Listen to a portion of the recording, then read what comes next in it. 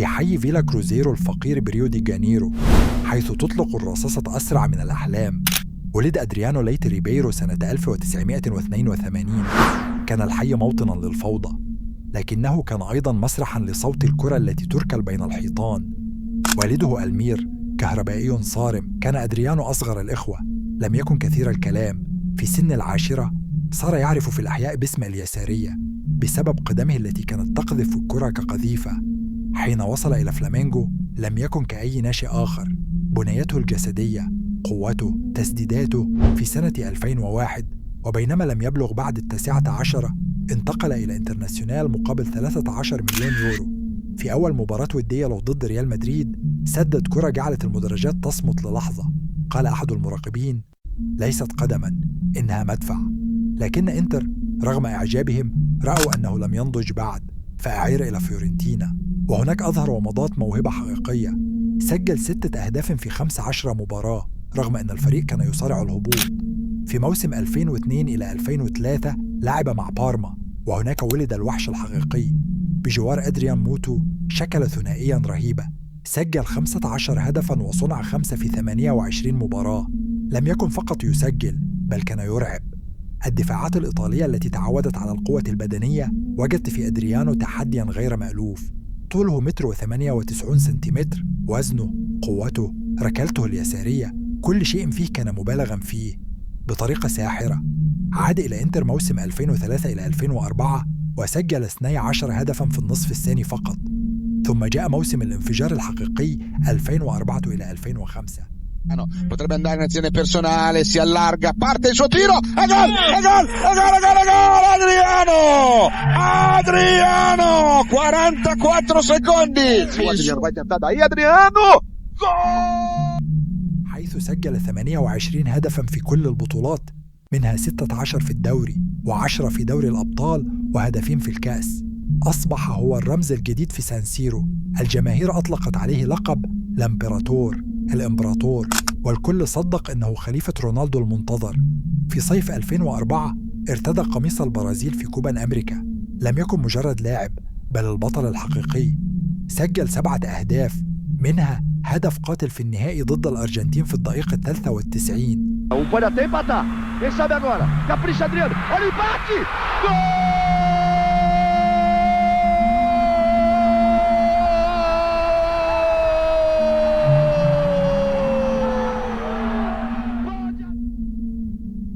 منح بلاده اللقب ونال لقب الهداف، واختير أفضل لاعب في البطولة. كان يبلغ من العمر 22 سنة فقط، لكنه كان في قمة العالم. لكن الفرحة لم تدم طويلا. بعد أسابيع من المجد وصله خبر موت والده. تلك المكالمة كانت بداية الانحدار. زميله خافير زانيتي قال: لم يعد أدريانو كما كان، أصبح صامتا يحدق في الفراغ. حاولنا، لكن شيئا ما في داخله كسر. في الموسم التالي ظل يسجل 19 هدفا، لكنه كان متقلب المزاج حزينا. خرج مع إنتر من ربع النهائية أمام فيلاريل. في الدوري أنهى الفريق ثالثا، لكن بعد فضيحة كالشيوبولي منح الاتحاد اللقب لإنتر. رغم اللقب بدأ أدريانو بعيدا عن نفسه. السهرات، الكحول، الغيابات، الأخبار عن اكتئابه كلها بدأت تظهر.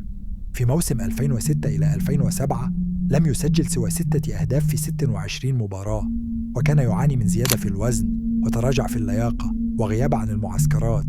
المدرب روبرتو مانشيني حاول دعمه، لكنه لم يستطع استعادته. الصحف بدأت تتحدث عن فقدان الإمبراطور، حتى عندما اختير في قائمة كأس العالم لم يعتمد عليه كأساسي، وكان أداؤه باهتا. في يناير 2008 أعير إلى ساو باولو. هناك استعاد بعض البريق، سجل 17 هدفا في 28 مباراة. عاد إلى إنتر بداية موسم 2008-2009، لكنه لم يكن حاضرا ذهنيا رغم تسجيله 5 أهداف في 14 مباراة. وفي أبريل أعلن فسخ عقده. قال بعدها في مقابلة نادرة: لم أعد قادرا على العيش كنجم، أردت فقط أن أتنفس.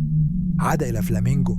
الكل اعتقد أن هذه فرصة إعادة الإحياء، وبالفعل سجل 19 هدفا وفاز بالدوري البرازيلي واختير أفضل لاعب في البطولة.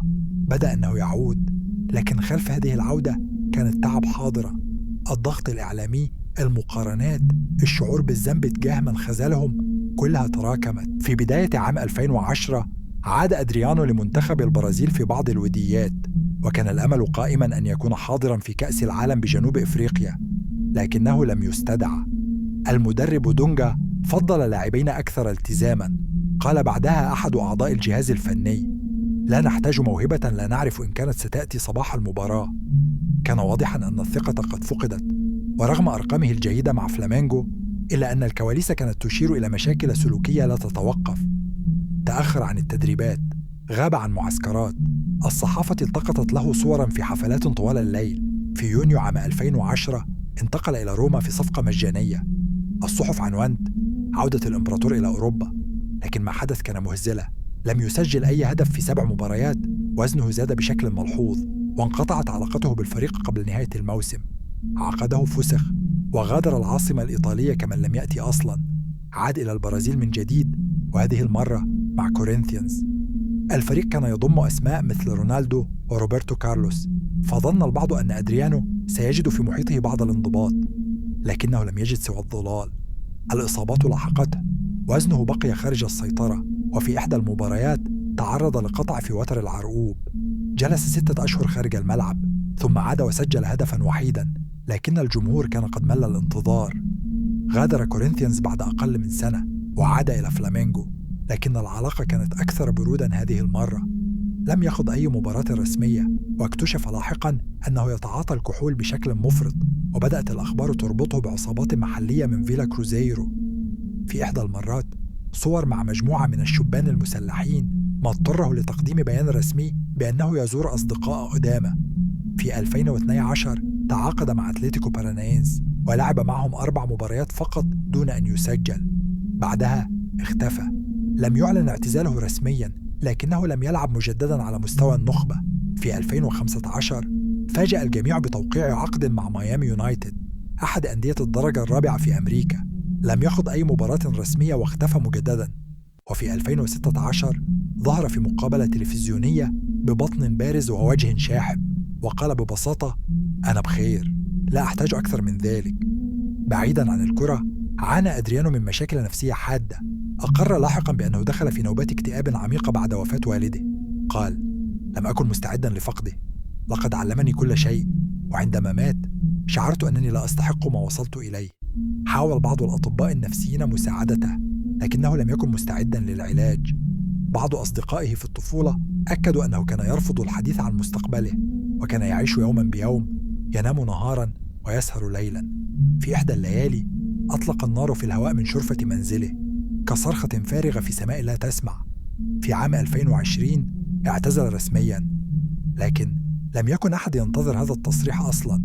لقد كان معتزلاً منذ سنوات، حتى من نفسه.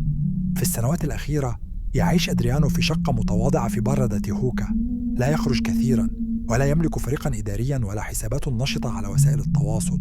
حين سئل في مقابلة قصيرة إن كان نادماً، ابتسم وقال: أنا لم أكن لاعب كرة قدم فقط، كنت ابن المير، وحين رحل اختفت كل خرائط حياتي.